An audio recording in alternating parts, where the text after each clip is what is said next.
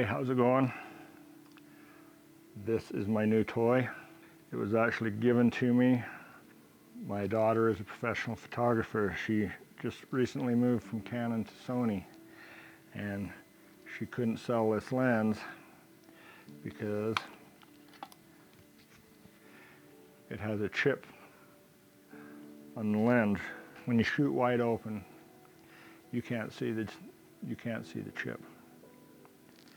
This is a 70 to 200 2.8 L series Canon lens. It will fit my little Canon Rebel. I had an old Vixen mount that I attached to it with a screw. So we're going to try some wide field stuff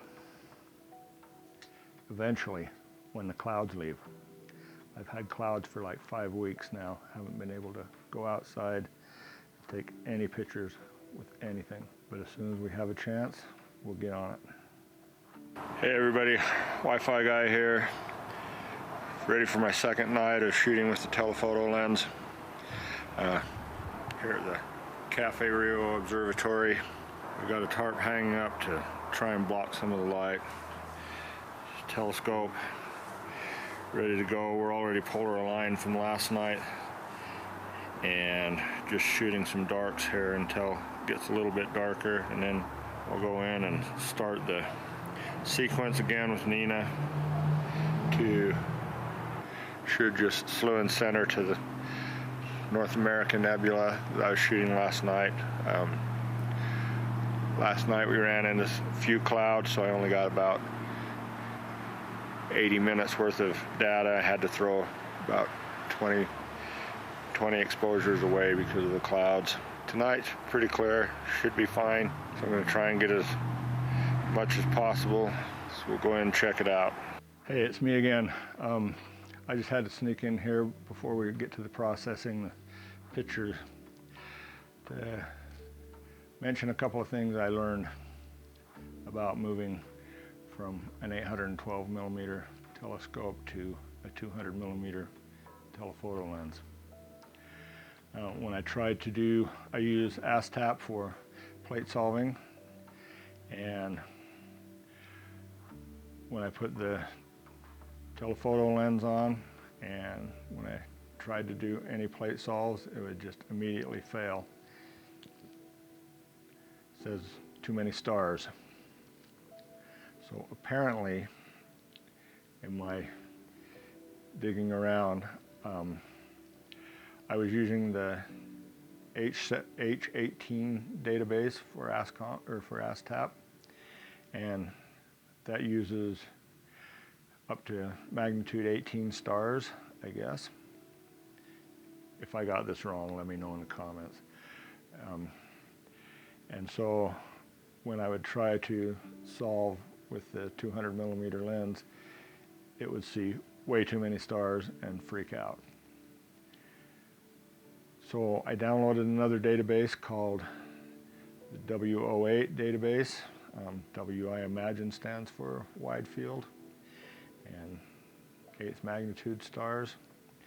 I put that in. I had to set ASTAP to, there's a place there where you can choose which database you're using or set it to auto. I had to set it to auto to make it work. But once I did that, everything started solving again, and I was able to go anywhere I needed to. Okay, let's continue on. Okay, so I'm connected to the computer outside. Let's start up Nina. This will be the second night that I'm imaging on the North American Nebula. I ran into clouds last night. So connect the camera. I use a manual focuser, so connect to that. And the telescope. Successfully connected to everything, so now we'll go to the sequencing tab.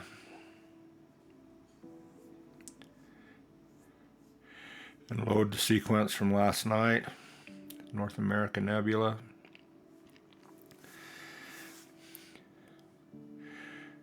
I have the unpark mount on, meridian flip on, park mount on, So when it finishes the sequence, it'll automatically park my scope.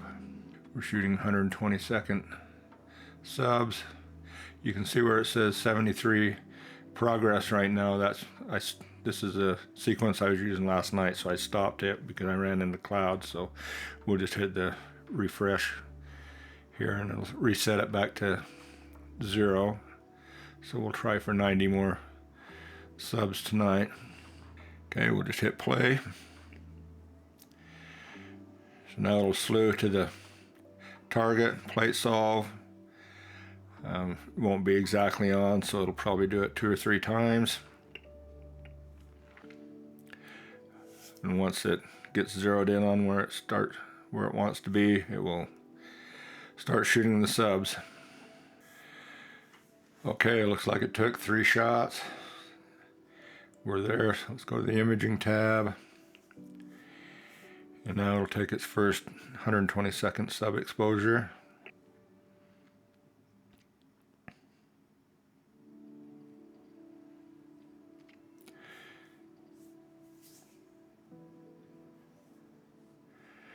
Alright, there's the first shot. Can see some nebula, looks all North American-y. So I guess we're good to go. We'll let that run for a while.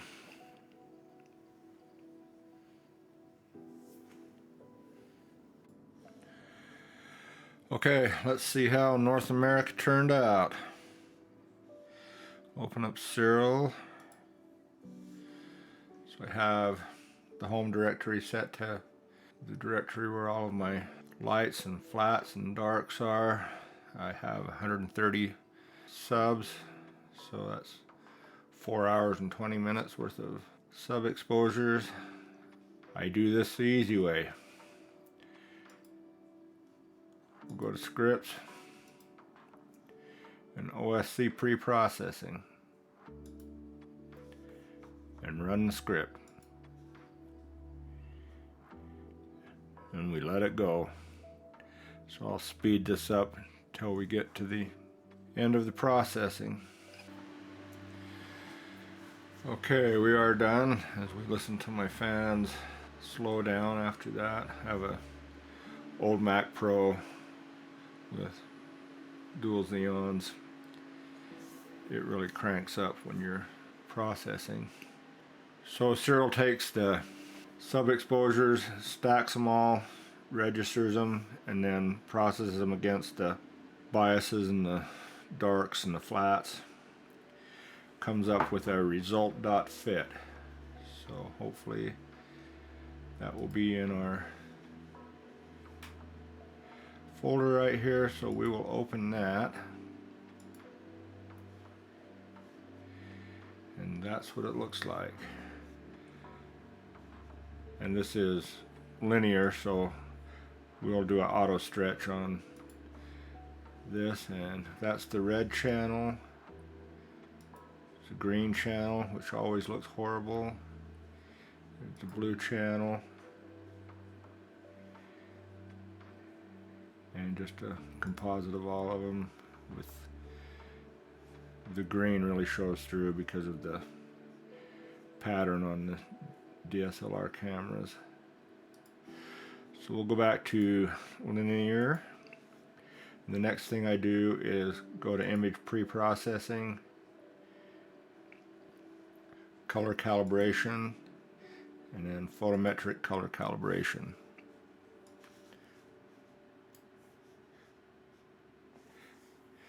Type in NGC 7000. Hopefully we'll find that. There we are.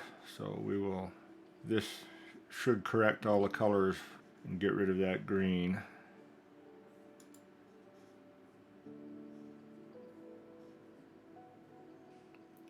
And what I found is you just make sure that your focal distance and your pixel size is set correctly here, or else it will fail. And usually getting your metadata from the image will set these correctly, but if not, then you have to manually do it. Okay, so our calibrations applies, so we'll go close, and then we will try open up the histogram toolbox and do the auto stretch. We'll apply that, close this, and now go to RGB. We should have a pretty picture. That is a lot of stars, but I kind of like it. Alright, so now we will save this image as a TIFF file. So I'll just name it north.tiff.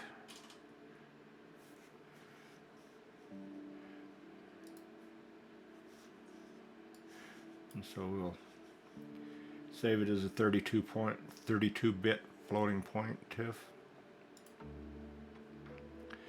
Okay, now we'll open it in GIMP.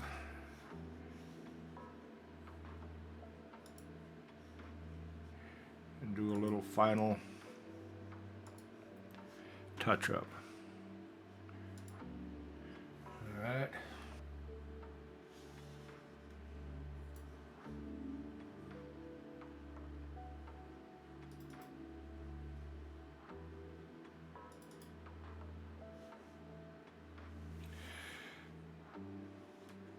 Okay, we don't want to convert the color profile, we want to keep the color profile it has. So first I'll just go to colors, curves,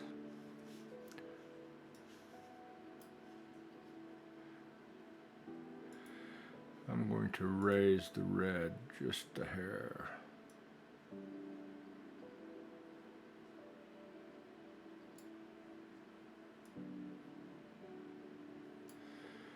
About like that.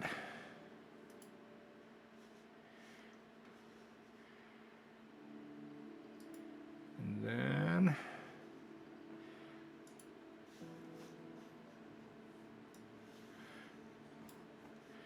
just bring the black point up a little.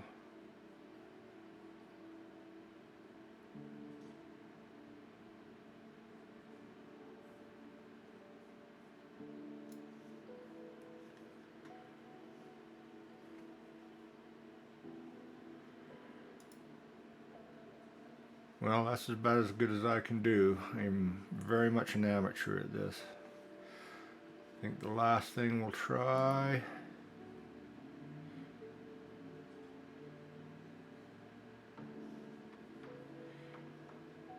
to make it look a little more like North America, we'll do a 90-degree clockwise.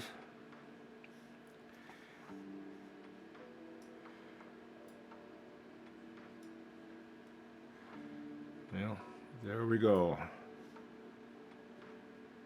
So if you found this video helpful at all, or more importantly, if you have any tips for me, let me know in the comments below. Thanks for watching.